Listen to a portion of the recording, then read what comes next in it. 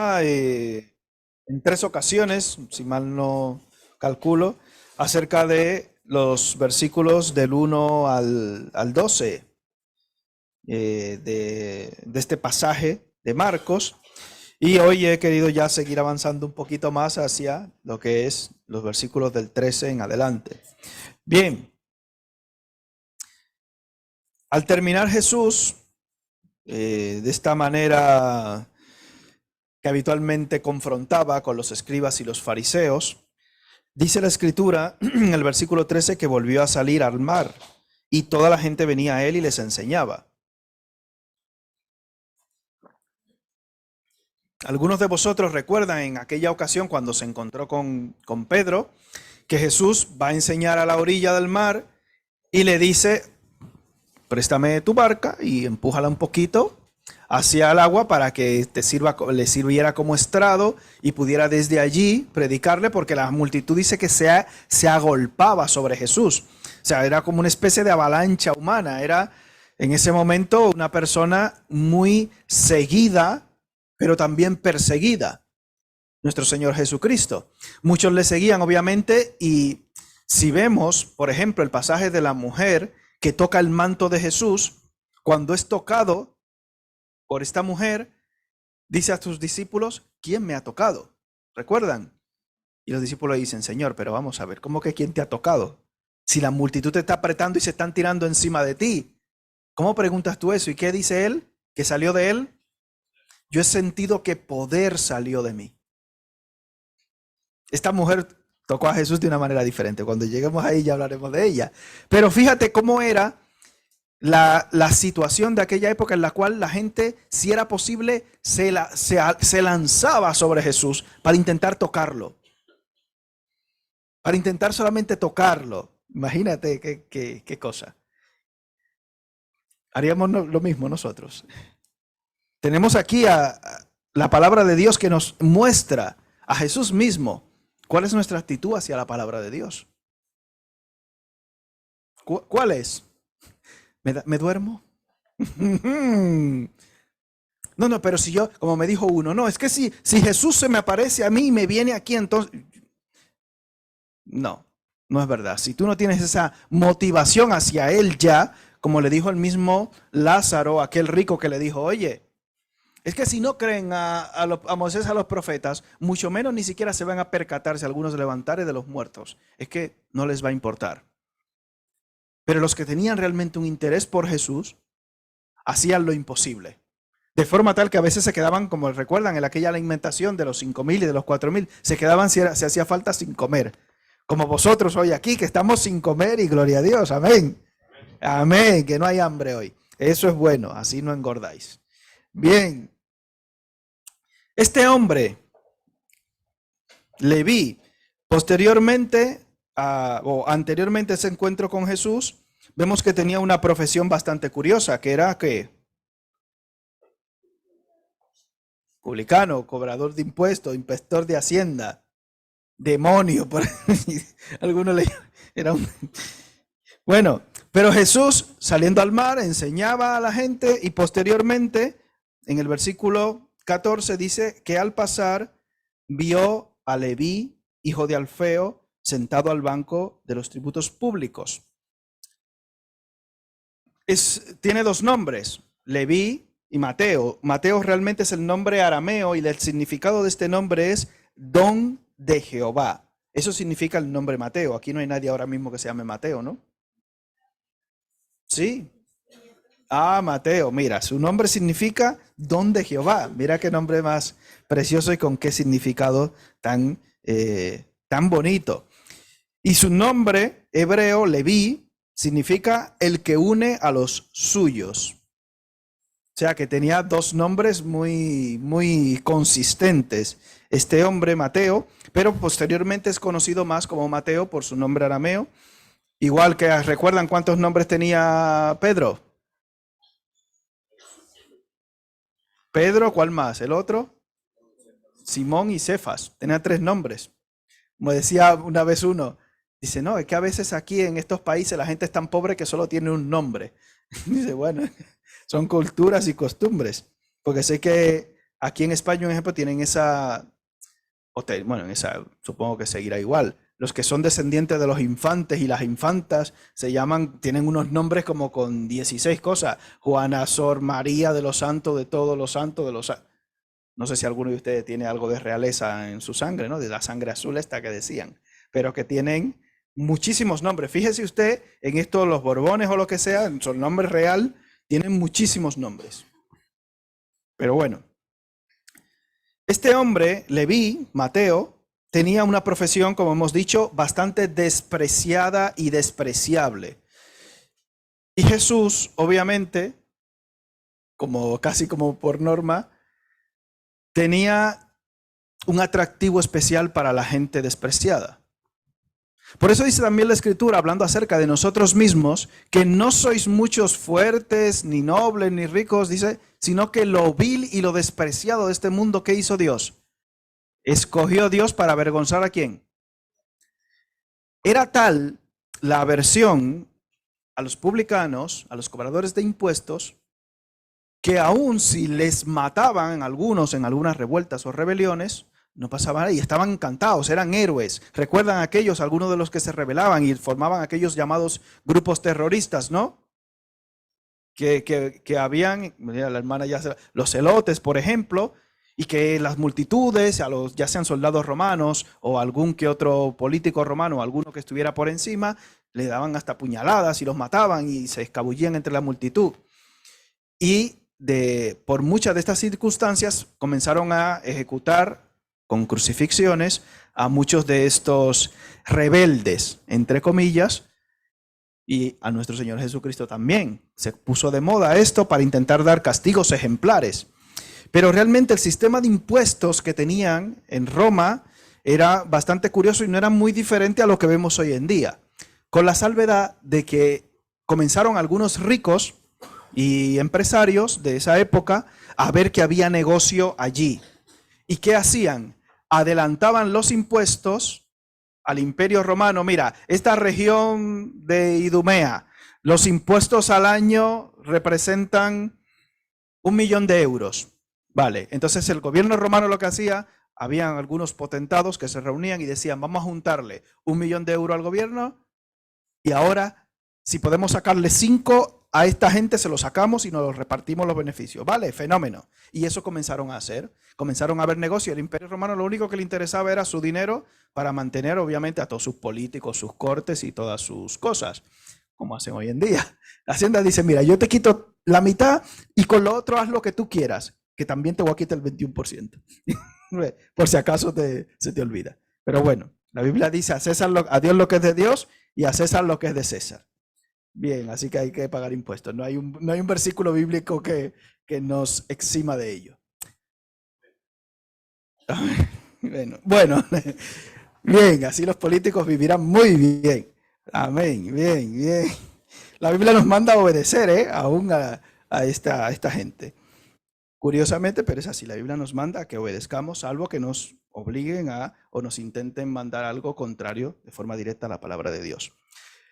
Y esta gente comenzaban obviamente a intentar tener ya sea seguridad privada, porque claro, tú estás sentado en los banquillos, ahí en el tributo público al aire libre, y si yo puedo darte una pedrada y eliminarte, pues ya saben que en esta región tenían muchos problemas de este tipo. Ellos les salía caro porque también subcontrataban personas a nivel privado, como este caso, Mateo y otros más. Recuerdan otro muy famoso que curiosamente en Lucas 19 dice que era jefe de los publicanos, un pequeñito, ¿se acuerdan? ¿Cómo es su nombre? Dice que Zaqueo, ya me imagínate tú, lo que pasa es que aquí se traduce Zaqueo, pero era un zaqueador, vamos, y se subió allí, sí, literalmente la Biblia lo dice, y él dice, todo el que yo he defraudado, se lo devuelvo como cuadruplicado. O sea que imagínate tú la saca de dinero curioso que tenía por ahí el hombre guardada. Eran gente muy despreciada, con motivo y con razón, porque la carga fiscal era muy dura y ellos todo lo que pudieran exprimir lo iban a hacer y lo hacían.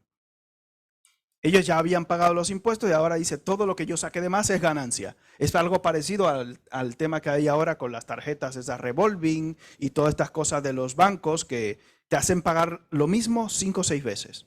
Lo mismo. Y si te metiste en un lío de eso, pues ven, acude a abogados y cosas, a ver si sales y que Dios te ayude.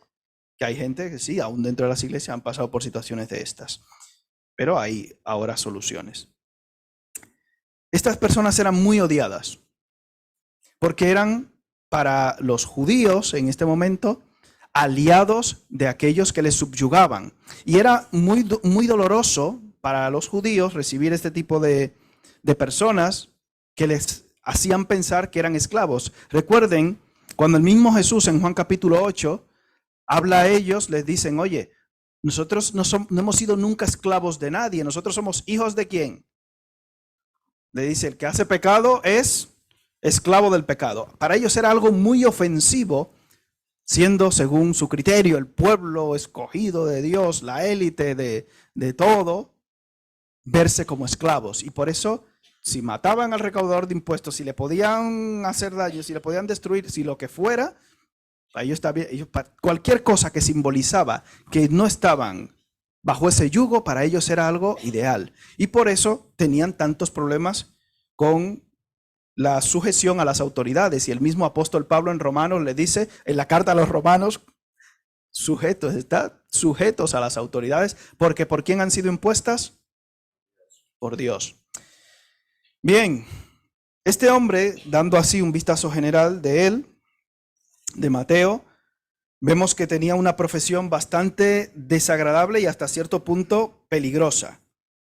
Una profesión peligrosa.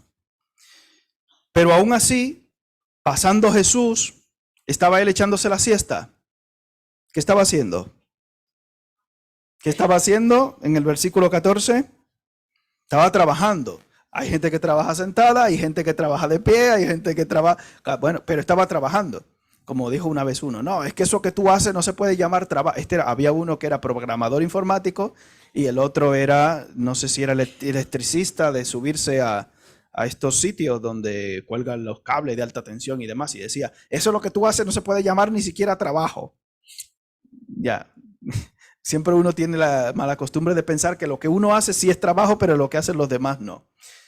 Pero este hombre estaba haciendo su trabajo en este momento. Y Jesús se acerca a él y le dice que sígueme. Ese Zaqueo, no me líen, no se líen con la historia. Le dice sígueme. Y hay una frase curiosa que reza de la siguiente manera: si quieres que algo se haga, encárgaselo a alguien ocupado. Y probablemente en tu vida y en la mía pasa algo similar. Cuando es el día que menos cosas tengo para hacer, es el día que probablemente menos cosas haga. Cuando estás muy apretado, como que te organizas mejor y te sale todo y va muy apuradito, pero lo sacas.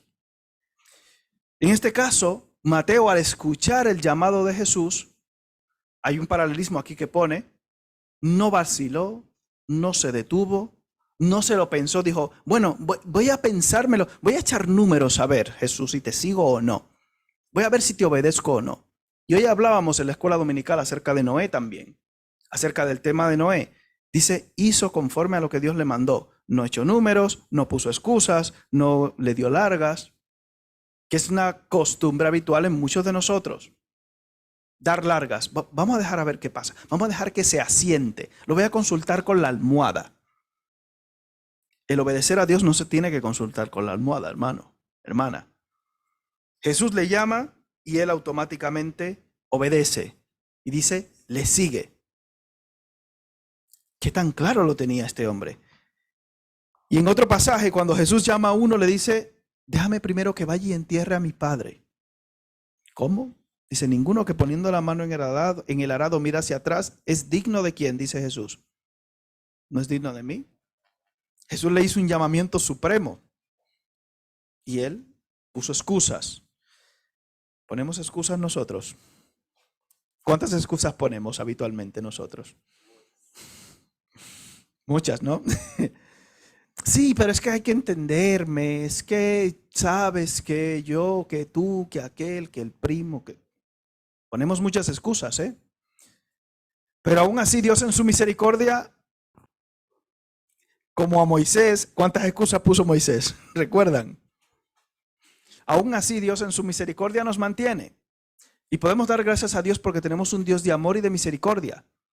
Y por eso hay un pasaje, es que nosotros también en Mateo, acerca de este mismo pasaje, dice, id y aprender lo que significa misericordia quiero y no sacrificio. Estamos muy prestos a coser a palos al que no obedece y atiende de forma inmediata a lo que nosotros queremos. Estamos muy mal acostumbrados a esto. Pero bueno, cuando Dios manda, cuando Dios habla, el hombre tiene que obedecer. Y esto hizo, en este caso, Mateo, Leví, hijo de Alfeo, dice levantándose, y en otro de los evangelios dice levantándose enseguida, le siguió.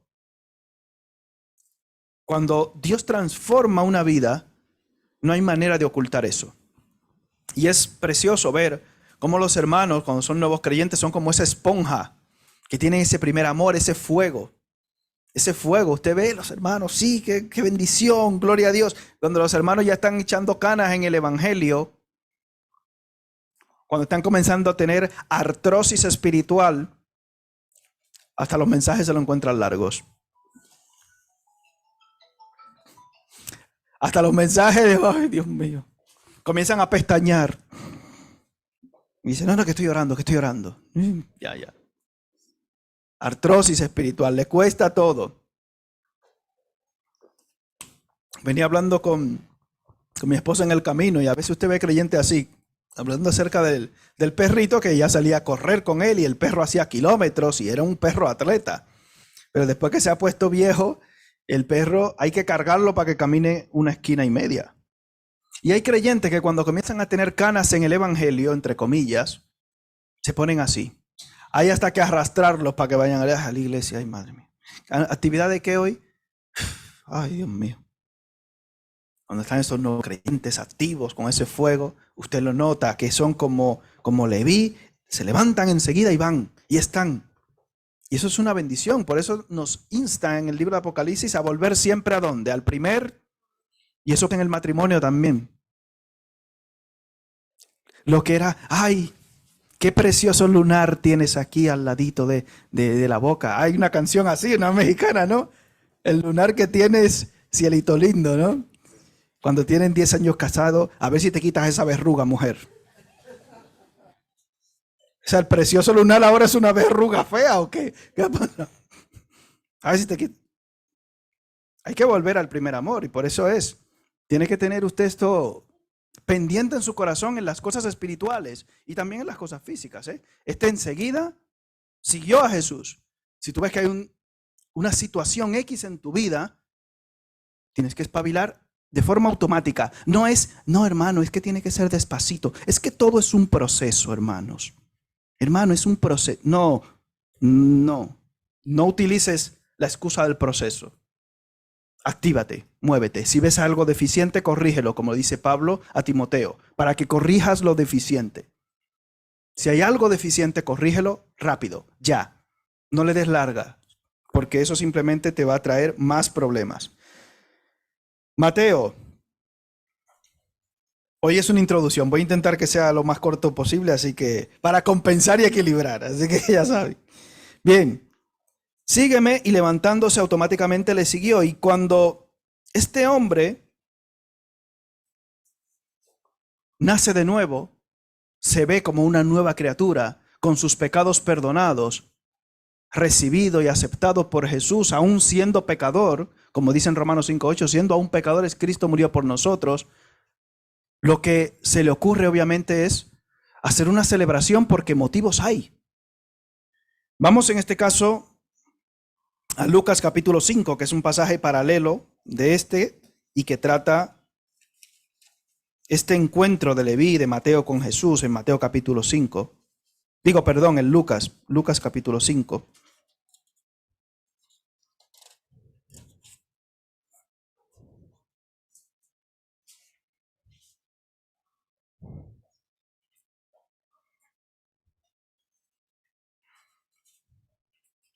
Lo tenemos, Lucas 5, versículo 29.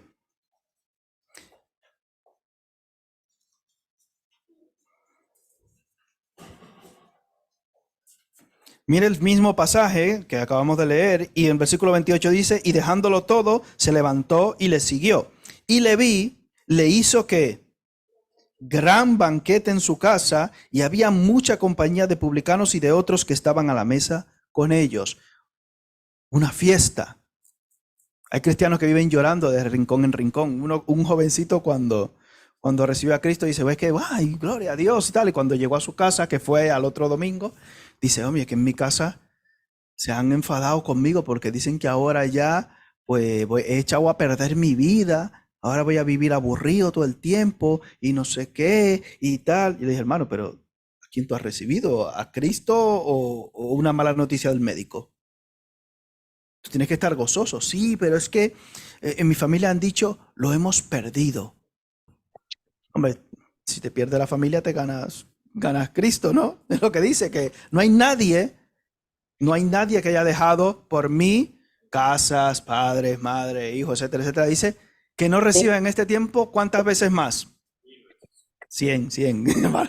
100 veces más. Bueno, hay un cero de diferencia. 100 veces más. Y en el siglo venidero, ¿qué? La vida eterna.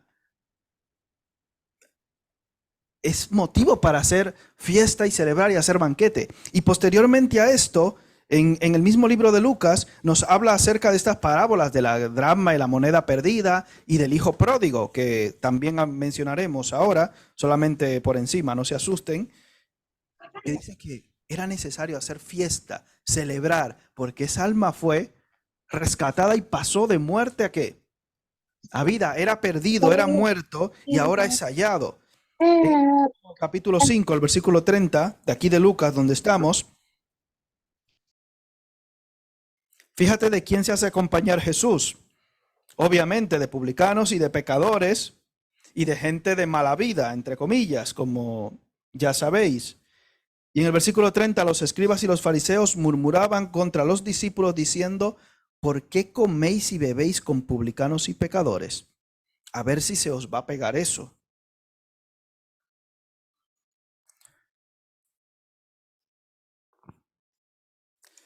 Obviamente nosotros no somos del mundo, dice la Biblia en San Juan. ¿Lo conocéis ese pasaje? Pero estamos en el mundo. ¿Cómo es que tú vas a invitar a los impíos a la iglesia si tú no hablas con ellos? ¿Cómo tú vas a impactar a la gente que está a tu alrededor cuando no te pueden ni tomar un café con ellos? Si tú crees que tomar café es pecado, hay gente que sí, no, bébete un té con él, para que le escuches, para que hables con el impío. Yo no te voy a discutir eso, no, que si beber té es pecado, si beber café, bébete un vaso de agua, vete con el impío y bébete un vaso de agua aunque sea. La comida es así, mira, fue un banquete lo que él hizo. Y vemos a Jesús en muchas actividades donde había o comida o bebida. Es así, porque esas cosas atraen la atención. Y aquí cuando hemos hecho actividades, cuando hacemos cada X tiempo una actividad de comida y bebida, ¿vienen o no vienen visitas? Vienen personas inconvertidas y gloria a Dios. Eso es una herramienta y es bueno y no pasa nada. Y si tú en tu casa quieres hacer una actividad o lo que sea, e invitar a los compañeros de trabajo o de estudio, con el propósito obviamente principal y esencial de presentarles algo de Cristo o a Jesucristo directamente o el Evangelio, gloria a Dios, es una buena técnica, aprovéchalo. Este hombre, al pasar de muerte a vida, quería que eso que había recibido, también sus compañeros, conocidos, etcétera, lo tuvieran. ¿A quién conocía Mateo, Leví, a alguien en su entorno que no fuera publicano o pecador? Nadie quería estar con él. Porque si tú, como fariseo o escriba, te juntabas con él, eras automáticamente desechado. Él tenía que juntarse, obviamente, con los que eran sus iguales. ¿Y a quién iba a presentar el evangelio? Pues a ellos. ¿A quién más? Ellos lo necesitaban, el evangelio. Y los publicanos y pecadores, el mismo Jesús dijo, van delante de vosotros, y las rameras van delante de vosotros en el reino de Dios. Y cuando los escribas y fariseos escuchaban esto, la sangre les servía. Les servía. Les echaba burbujas de ardor y de enfado, y por eso dice, querían matar a Jesús. Querían matar a Jesús. ¿Quién les va a hablar a los publicanos y a los pecadores? Somos nosotros. Pero si tú no tienes ningún contacto con ellos, ¿cómo le vas a presentar el evangelio? Por eso estamos mezclados y dice la Biblia que comenzaron las dispersiones y persecuciones para que el evangelio se mueva. Y tú tienes que ser luz y sal donde tú estás. Porque donde tú llegas, probablemente no llego yo, ni llega otro hermano. Si tú eres futbolista, pues predica la palabra de Dios a los que están en tu entorno. Si eres estudiante de una cosa o de otra, también estás puesto con ese propósito. Porque dice aquí que los que están sanos no necesitan médicos, sino ¿quiénes? Obviamente los escribas y fariseos no estaban sanos, ¿eh? ¿Cuál era el problema? Que ellos creían en su mente y en su corazón que estaban sanos. Y si tú no reconoces el problema, hablábamos ayer antes de la reunión con una hermana que decía que el primer paso para tú arreglar algo en tu vida es que reconocer que tienes un problema. Si no lo reconoces, ¿cómo vas a cambiar? Si tú no entiendes que tienes un problema o tú no crees que tienes un problema, ¿vas a cambiar? Pues no. Y los escribas y fariseos era el principal problema que tenían, que ellos entendían que no tenían ningún problema. No somos esclavos, no tenemos problema, nosotros somos descendencia de Abraham, nosotros somos salvos por decreto. Por linaje ya, pues somos el pueblo de Dios o no. Sí, pues ya. Como me dijo una vez un hombre que hace unos años que le compré un coche y dice, no, todos los que somos de esta etnia, aquí en España, somos evangélicos y somos salvos y somos, no sé. Yo digo, hombre, todos no será así. Sí, todos los gitanos somos evangélicos y somos salvos y somos, bueno, eso habrá que verlo. No hay una salvación heredada por sangre, como dice bien claro en San Juan capítulo 1, no por herencia de sangre, ni de carne, ni de voluntad de varón, sino de Dios. No hay salvación heredada. Eso hay que tomarlo en cuenta. Solamente la sangre de Jesucristo, su Hijo, nos limpia ¿de qué? De todo pecado. No es un linaje ni una herencia. Los que están sanos no tienen necesidad de médico, pues tendremos que juntarnos con los enfermos, hermanos. Se supone que la mayoría o todos los que estamos aquí tenemos contacto con gente inconversa. Y eso es bueno, ya sea de la familia, ya sea del trabajo, de la escuela, de donde sea, de la universidad. Tienes que tener contacto con personas no creyentes porque esas son las personas a las cuales tú tienes que intentar presentarle el evangelio. Tú eres, como decía un predicador, lo más parecido a Cristo que esa persona va a ver en toda su vida aquí en España. Fíjate, tú eres la imagen de Cristo que ese hombre, esa mujer van a ver. La pregunta para ti, para mí es, ¿qué imagen de Cristo están viendo en ti? ¿Qué imagen de Cristo están viendo en ti o en mí? Los que están sanos no necesitan médico, sino los enfermos. Y dice aquí en el 32, no he venido a llamar a justos, sino a pecadores al arrepentimiento. Mientras sigan pensando que no hay nada que cambiar, obviamente, ¿va a cambiar algo? No. Y eso era lo que pasaba con los escribas y los fariseos, salvo algunos puntualmente que fueron, y algunos como Nicodemo, que fue escondido a Jesús y de noche, y algunos puntualmente fueron arrepentidos a Jesús y convencidos de pecado. El resto no era así. El resto no era así. En el mismo libro de Lucas, para concluir, vamos al capítulo 15.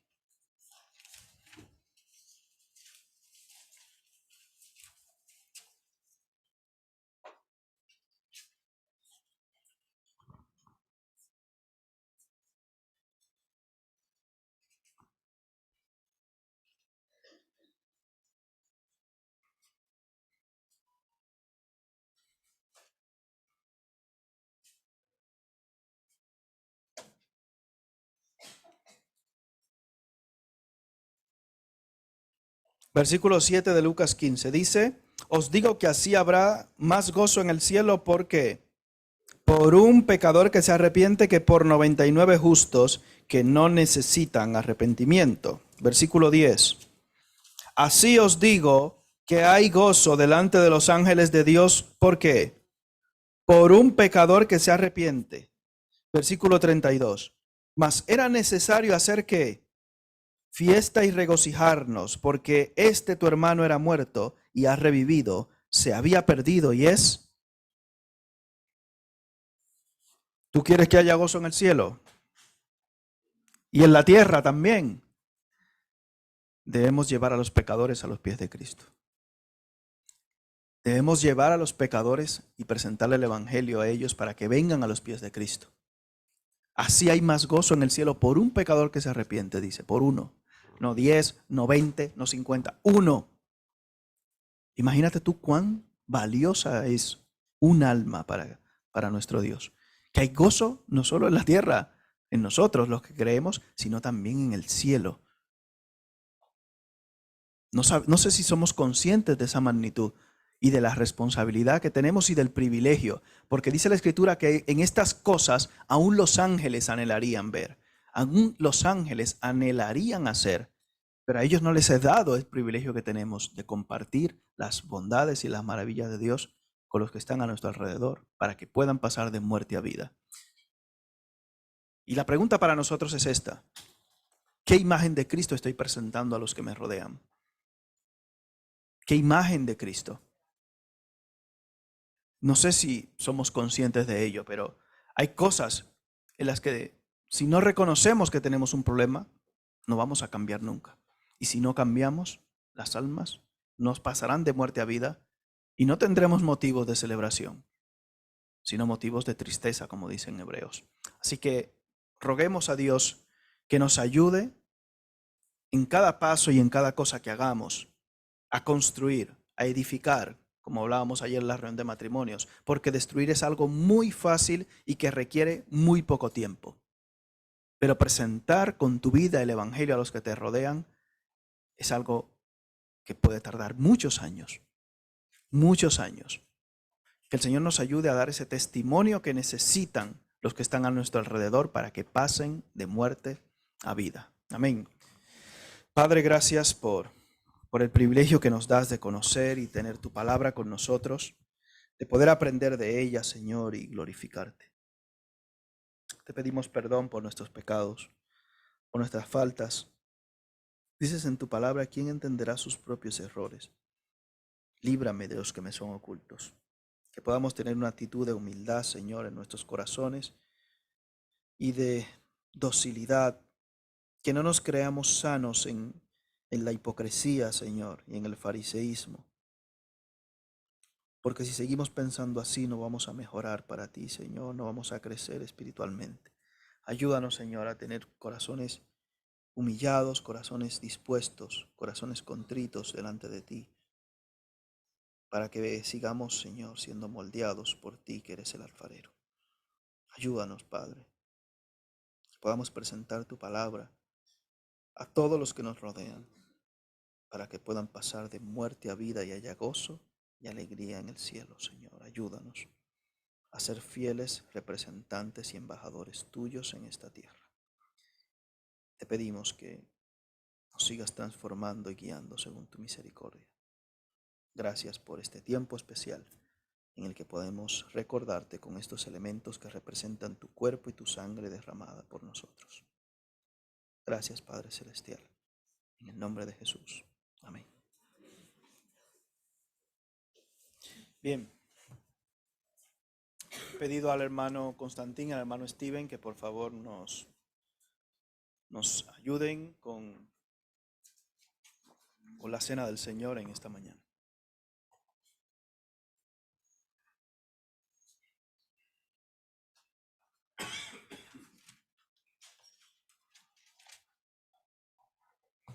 Dice la palabra de Dios en 1 Corintios capítulo 11.